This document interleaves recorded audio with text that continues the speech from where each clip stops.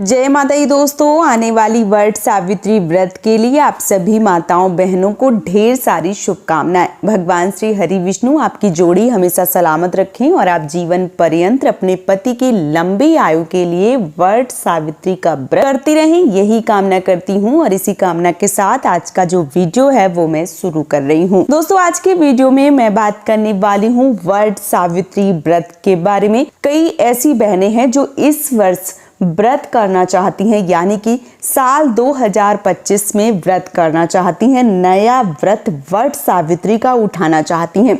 बहुत सारी ऐसी बहनें हैं जिनको किसी कारण से बहुत सारी जानकारी प्राप्त नहीं थी या उनके घर वाले नहीं करते थे, तो वो बहनें जो है वो व्रत करना चाहती हैं। या कई बार ऐसी बहनें जिनकी शादी या जिनका विवाह जो है वो इसी वर्ष हुआ है और वो वट सावित्री का व्रत करना चाहती हैं, तो वो इस वर्ष यानी कि साल 2025 में व्रत कर सकती हैं या नहीं कर सकती हैं, नया व्रत उठा सकती हैं, नया व्रत धारण कर सकती हैं। कोई खरमास मनमास इस प्रकार का महीना जो है वो तो नहीं चल रहा है, कैसे करें? तो चलिए इन संपूर्ण प्रश्नों का जवाब जो है वो इस वीडियो में आप सबके साथ शेयर करूंगी।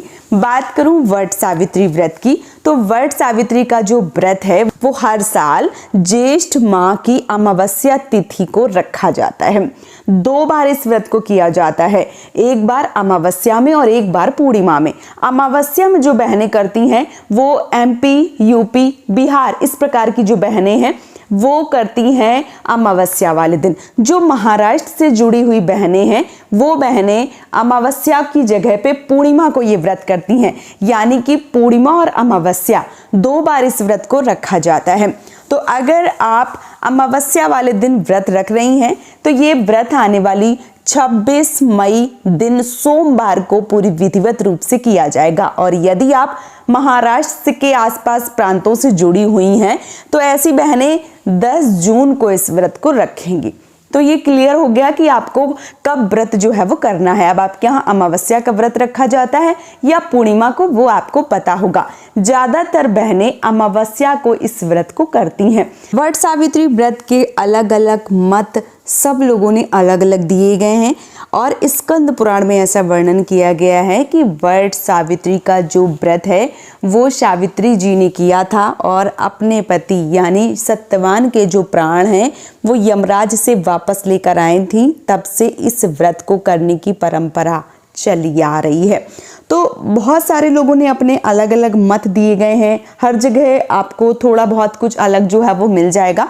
लेकिन मैं यहाँ आप सबको बता दूं कि जो वट सावित्री का व्रत है वो इस वर्ष नया जो व्रत है वो आप धारण कर सकती हैं या नहीं कर सकती हैं। और इसके साथ ही साथ किसी भी प्रकार का कोई भी खरमास मनमास जो है वो तो नहीं लगा हुआ है, तो आप नया व्रत धारण करें या ना धारण करें। तो मैं बात करूंगी खरमास की सबसे पहले।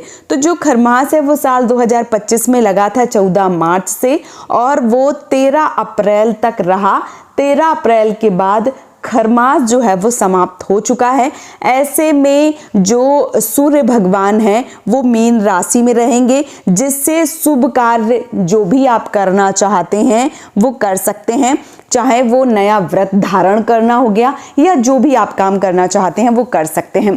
तो इस साल 2025 में अगर आप नया व्रत उठाना चाहती हैं तो बिल्कुल उठा सकती हैं। और आपकी शादी इसी वर्ष हुई है तब भी आप उठा सकते हैं, या आप पहले से व्रत नहीं कर रहे थे, आपको इतनी जानकारी नहीं थी, तो आप तब भी आप इस व्रत को उठा सकते हैं। अब बात करूं कौन से लोगों को ये व्रत नहीं करना चाहिए, तो देखिए जिनके घर में अमावस्या तिथि नहीं सहती है, अमावस्या तिथि को उनके घर में कोई ऐसी घटना हुई थी जिससे अमावस्या तिथि का व्रत, अमावस्या तिथि में कोई भी कार्य नहीं किया जाता है, तो ऐसे लोगों को वट सावित्री का व्रत धारण नहीं करना चाहिए, नया व्रत नहीं उठाना चाहिए। अगर आपके यहाँ सहता है, मान लीजिए कि आपके यहाँ सह रहा है और आपके जो भी बड़े बुजुर्ग हैं वो बस यूं ही नहीं किए हैं, उनका मन नहीं किया करने का तो वो नहीं कर रहे हैं, और आप आज की पीढ़ी हैं, यानी कि आप अभी बहुत सारे लोगों को देखती हैं वट सावित्री का व्रत करते हुए, तो आपके मन में ये लालसा होती है कि हमें व्रत जो है वो करना है। तो ऐसी स्थिति में आप व्रत कर सकती हैं। एक बार आप अपने घर में जो भी बड़े बुजुर्ग हैं उनसे पूछ लीजिए कि आपके घर में अमावस्या तिथि सहती है या नहीं सहती है। अगर वो बोलते हैं सहती है तो आप बिना किसी सोच समझ के आप इस व्रत को धारण कर सकती हैं।